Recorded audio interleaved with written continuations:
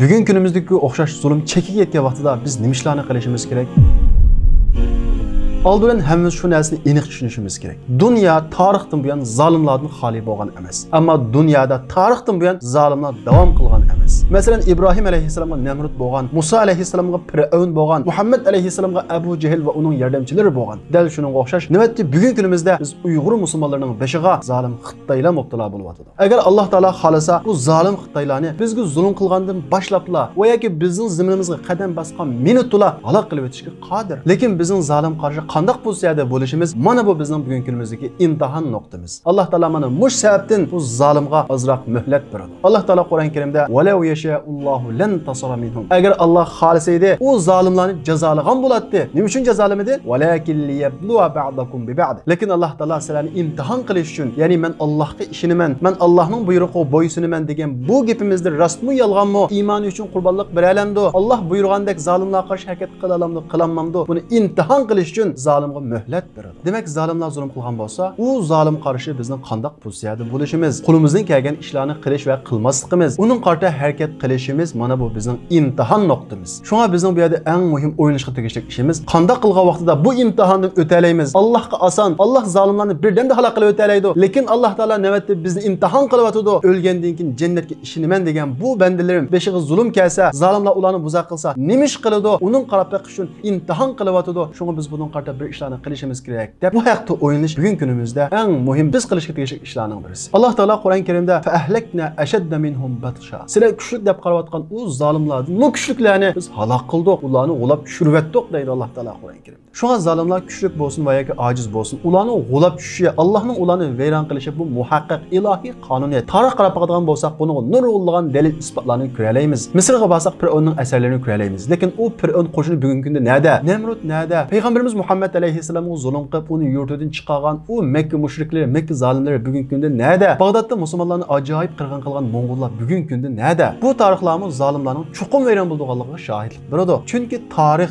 takrordan iborat. Ammo zulm bo'layotgan vaqtida u mazlum xalq va uning atrofidagi kishilar u zulm qarta bir imtihon ichida, imtihonning kuzatuvchisi emas, bevosita imtihon berguchi. Hatto u zulmga bevosita uchirmagan boshqa bir o'zini musulmon deydigan boshqa bir davlatlar va xalqlarmi u imtihonga qatnashquchi. Shu mazlum musulmonlar tutgan pozitsiyasi qo'ldan kelgan ishlarni qilish va qilmaslik bilan bu imtihonni o'talaydi va yoki o'tamaydi. Shunga bu imtihonga nisbatan, ya'ni navbatda bo'layotgan zulmlarga nisbatan bizning qilishga tegishli bir qancha ishlarimiz bor. Va shu zulmga naq uchrayotgan vatandagi qarindoshlarimizning bir qancha ishlari bor. Ilgirgi darsdan vatandagi ma'lum qarindoshlarga yetalganligidan nihoyat xursand bo'ldim. Shuning uchun bu darsda vatandagi qarindoshlar navbatdagi zulm ichida nima ish qilish kerak, biz nima ish qilishimiz kerak bu haqda to'xtalamiz.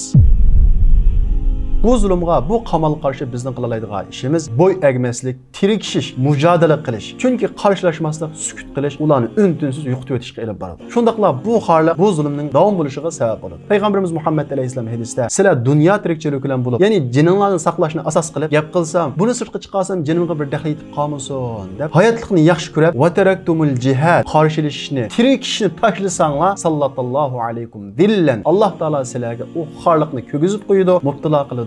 Yani Peygamberimiz Muhammed Aleyhisselam xorliqning qutilish yo'lini o xorliq qarshi tirikishish, qarshilashish deb nəhayət uçuq ko'rsatib qo'ydi. Shundaqla qarshilashmagan vaqtida hattoki qarshilashigan u ruh qaytmoqchilik bu xorliqninki bu zulmning to'xtamaydiganligini bu hadisning oxirida Peygamberimiz Muhammed Aleyhisselam hatta tarji'u ila dinikum. Haqiqat bo'lgan dininglar qaytmagan qadar, ya'ni dininglarning ko'rsatmasi bo'lgan bu zolimlar bilan qarshilashish, tirikishdan iborat bu yo'l qaytmoqcha sizlardan bu xorliq ko'tarilmaydi deb nəhayət uçuq bayon qildi. Agar biz bu qarshilashishni, tirikishni bir ish bo'lib qolamiki, suluvtamiki, o'ltiruvtamiki deb tashlasak, buning badalini bir yolg'iz o'zimiz emas, bir millat to'laydi. Oxiratda bo'lsa, buning hisobini beramiz. Alloh taolo Qur'on Karimda "Walau yasha'ullohu lan tasara minhum." Agar Alloh xolasa, sizlarga zulm qilayotgan u zolimlarni jazolagan bo'ladi, yo'qotib o'tgan bo'ladi, lekin ularni yo'qotib o'tmay, ularga muhlat berishi sizlarni imtihon qilish uchun, ya'ni u zolim qarshi tirikishamdi yoki bo'y egamdi yoki o'zining e'tiqodi uchun vaqt kes qurbonlik beralamdi, beramamdi. Men mu'min o'lgandan keyin jannatga kiraman, Alloh yo'lida şehit bo'lma degan bu gapi rostmi, yolg'onmi ayirish uchun buni imtihon sifatida shundaq bir az davomlashtiradi.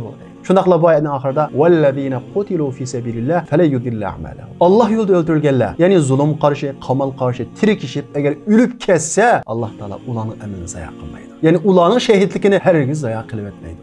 Shuning uchun zulm qarshi har bir mazlumning qildigan ishi quldan kelganini qilish, tirikishish, qarshilashish, eng aqalli ishlar bo'lsin qilish. Ikkinchidan, zulm qarshi bizning qilishga tegishli ishimiz aslo va aslo umidsizlanmaslik. Dushman nihoyat kuchli. Biz bo'lsa ojiz, endi bizni yo'q qilib ketgudak, endi biz tugab ketgudakmiz deb bel qo'yib etish bu zulmning davom qilishiga sabab bo'ladi. Shundaqla bu bizning iymonimizni zidalaydi. Chunki iymon bayada umidsizlik bo'lmaydi. Chunki iymon deganlik yolg'iz Ibrohim alayhissalomning Namruddan iborat bu zolim podshoh ustidan g'alaba qilganligiga ishonish deganlik. İman deganlik Musa alayhissalom va uning agash kuchlardan iborat bu nihoyat ozgina qo'lda to'mirning sunuqi yo'q bu xalqlarningki kuchli podshoh Fir'avnning ustidan g'alaba qilganligi, Fir'avnni Allohning halok qilganligiga ishonish deganlik. Demak, dushmanimiz qancha kuchli bo'lsa-mu, bizning iymonimiz bor ekan, qalbimizda aslo umidsizlik bo'lmaydi. Bizning qalbimiz umidsizlik patlaydiganlik, Allohga bo'lgan ishonchimiz bo'shab ketdi deganlik. Bizning Allohga bo'lgan ishonchimiz bo'shab ketsa, umidsizligimiz, tushkunligimiz, tirikishdan to'xtaymiz, ya'ni o'limni kutib yotgan malga o'xshaymiz. Ondan keyin qo'limizdan keladigan oddiy ishlarni qilmaymiz. Uni qilganning nima foydasi var deb ahamiyat bermaymiz. Qarindoshlar, qo'limizdan keladigan oddiy ishlarning o'zimizni qutqizishga, Allohning oldida "Ey Alloh, mening qila olganim mushinchilikkan" deb Allohga bir hujjat qilishga,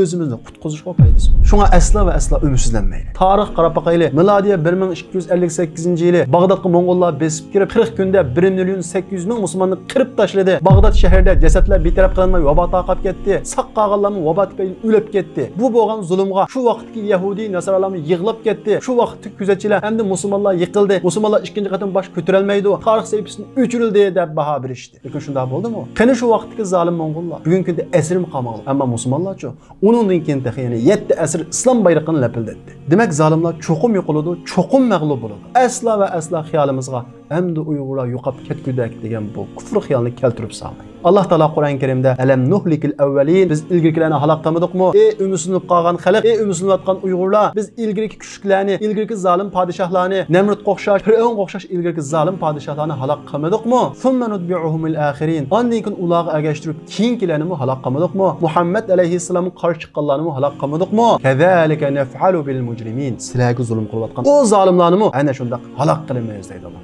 Şuna Allah'a işensek, Kur'an'a işensek asla ve asla ümidsizlenmesligimiz kerak. Üçüncüsü, yani bugün günümüzde biz qilishga ishlarning üçüncüsü, Allah'a bo'lgan iymanda, Allah'a bo'lgan ishonchda asla tavmasligimiz kerak. Qur'on Karimda nayt uchiq qilib, "Va la yansurannalloha man yansuru." Shubhisizki, Allah o'zining diniga yordam berganda yordam beradi deydi. Ya'ni biz o'zimizning dini bo'lgan islom dinini mahkam tursak, yo'lliq sabablarni qilish bilan birga yordamni faqat va faqat Allohdan kutsak, Allohning buyruq qo'ygan tirikishish va jihadni tashlamasak, iymonimiz, e'tiqodimiz uchun bedel tüliye elsek Allah bizga çokum yardım. Allah Teala Kur'an-ı Kerim'de yeni bir ayette "İn tansurullah yansurukum." Eğer siz Allah'a yardım bersanlar, yani Allah'ın diniga yardım bersanlar, Allah sizga çokum yardım beradi.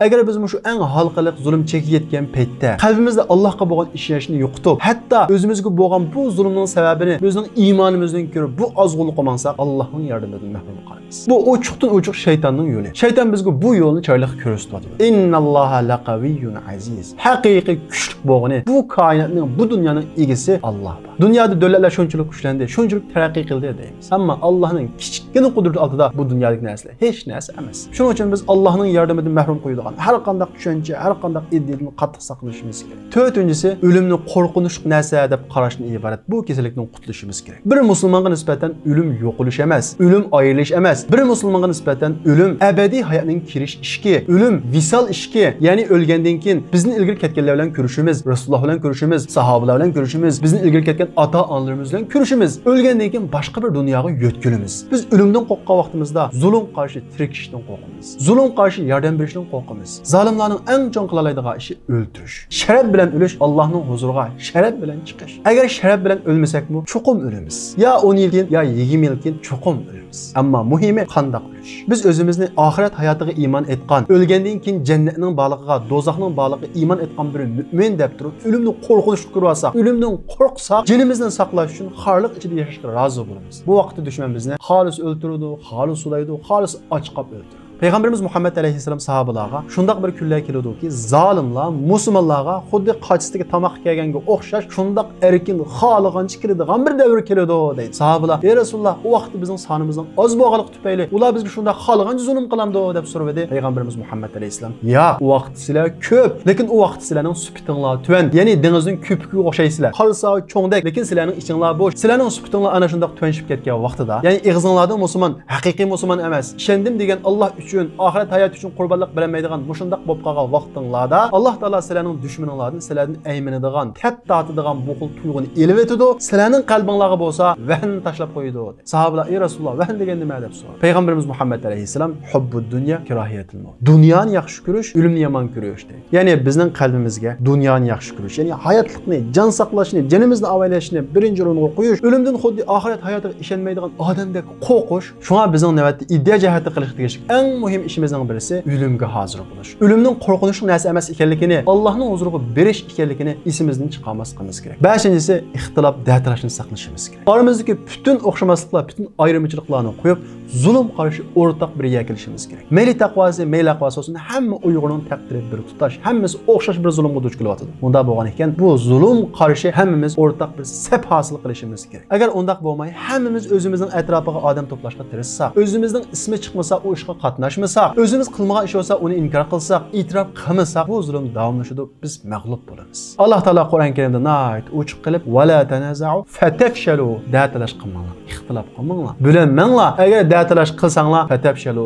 mag'lub bo'lasizlar dedi, bu cho'qim mag'lub bo'lasiz. Agar biz yuqorqi va uningdan boshqa o'zimiz qilishga tegishli ishlarni qilsak, Allohga bo'lgan iymonimizni yo'qotmasak, Alloh buyurgandek yashasak, Allohga ishonaman degan gapimiz rostchil bo'lib, uning uchun bedel to'layalsak, biz ojiz, dushmanimiz kuchli bo'lsa-mu, biz bu zulmdan qutula olamiz. Zolimlar vayron bo'lamdi degan bu savol kelishi mumkin. Agar biz Allohga ishonsak, Qur'onga ishonsak, tarixdan xabarimiz bo'lsa, biz cho'qim g'alaba qilamiz. Alloh taolo Qur'on Karimda "Inna lanansuru rusulana vallazina amanu fil hayatid dunya." Biz o'zimizning elchilariga va Allohga ishongan kishilarda mushu dunyoda yordam beramiz deydi. Ammo yordamning sharti yuqorqi va undan boshqa Allohga bo'lgan iymonimizni mustahkam turish. Alloh taolo Qur'on Karimda "Va la tahinu va la tahzanu va antumul a'launa in kuntum mu'minin." Shukürlashmanglar, ümidsizlanmanglar, ya'ni dushmanning kuchligidan, o'zingizlarning ojizligidan shukürlashmanglar, g'amga patmanglar. Va antumul a'laun in kuntum mu'minin. Agar sizlar mu'min bo'lsanglar, Allohga bo'lgan iymoninglarni, ishonchinglarni, umidinglarni yo'qotmasanglar, sizlar chuqum g'alaba qilasizlar. Zolimlar chuqum halok bo'ladi. Bizning o'ylashga tegishli ishimiz, biz nima ish qilamiz? Zolimlar qarshi biz nima ish qila olamiz? Qanday qilib bu imtihondan o'zimizni saqlay olamiz? Allohning oldiga borganda hisob bergudek bir ishlarni qila olamiz. Bu haqda o'ylash va o'zimizning imkonida bo'lgan har bir kichik ishni oddiy sanamay qilish. Alloh taolo hammamizni o'zimizning majburiyatini tunugan va uningga amal qilgan kishilarning qatoridan qilsin.